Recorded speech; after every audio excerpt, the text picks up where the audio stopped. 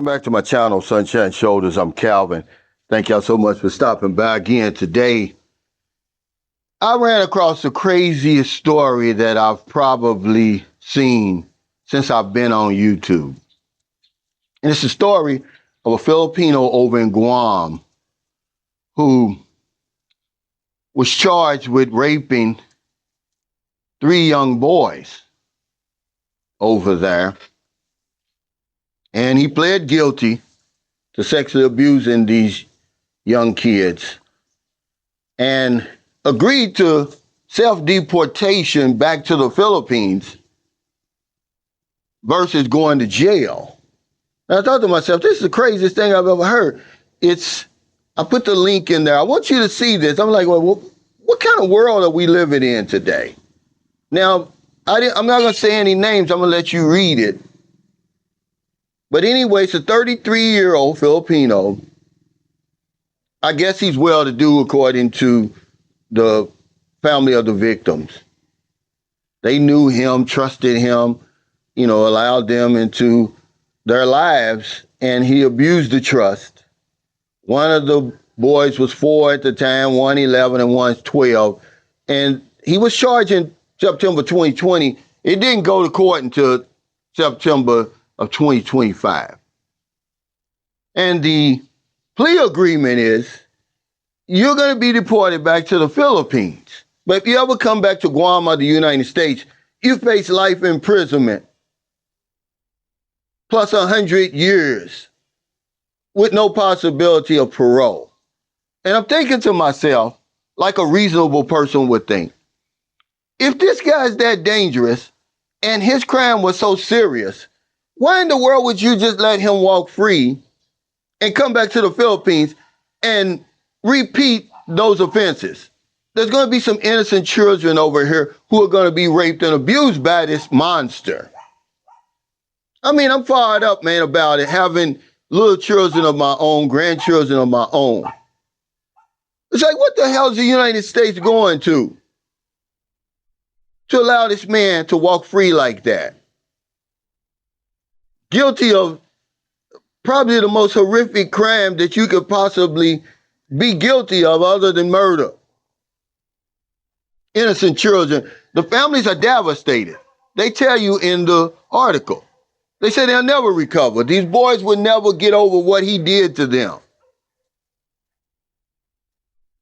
But he walks free. I've never heard it. If you're a lawyer, if you're a judge out there and you're watching, explain this to me, how we're able to allow somebody like that to walk free like that. The family's pissed off anyway. It's like justice delayed is justice denied, according to them. Took 5 years for this clown to even be brought to court. And then for them to, basically slap him on the wrist. And he's going to come over here and continue his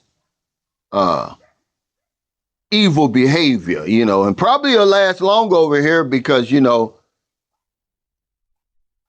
just the way things are over here. Some innocent children over here are going to pay for the injustice that was done over there. Because I'm thinking to myself, okay, if he's facing all this time, why not make his ass serve his time, then deport him? That's the crazy, man. I'm telling you, I had to come over and talk about it, man, to get it off my chest. A lot of these judges, man, I don't know what's going on. See, the problem with the courts in America, the problem with politics in America is the money and corruption. Because there had to be something like that involved. So thank y'all so much for stopping by. It's just a short video. I want you to read this article and I want you to express your outrage. And then they said, oh yeah, he was reported to the authorities, and put on that list that they put you on. Well, what's going to happen when he arrives back in the Philippines? Are they going to lock him up? Are they going to address, his crimes? Or will they even know about it? This is what I want to know. But it's the craziest story I've encountered since I've been in the Philippines, and I've seen some crazy stuff in the news. And give a shout out to who sent me that. Because I read it, man. I read it like 4 times. I couldn't believe it. I was like, who is this guy? 33 years old. He's dressed nice in a suit in court. And he was slapped on the wrist and allowed to go free. Walk free. Let me try that. Let me try anything. Hell, I went through hell over here just from allegations of human trafficking and stuff.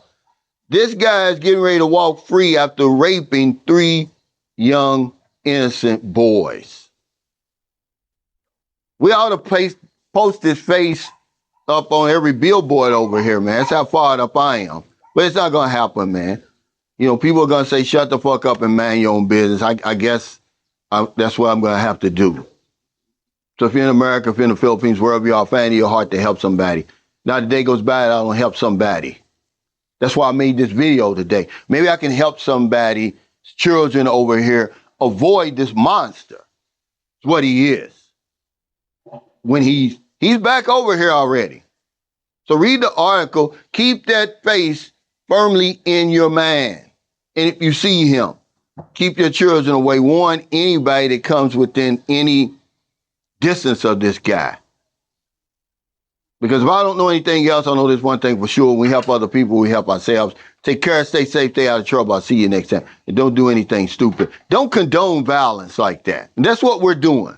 I know the United States, we got these numbers that they're trying to keep. I think it's 3,000 deportations a week or something like that. But this is going too far.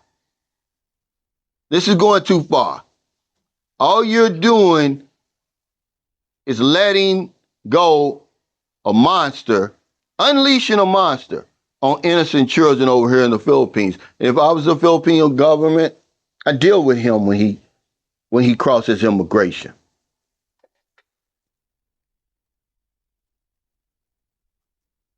Boots on the ground, don't do nothing stupid. Give that man his flowers. A tribute through music. If I don't know nothing, I know one thing.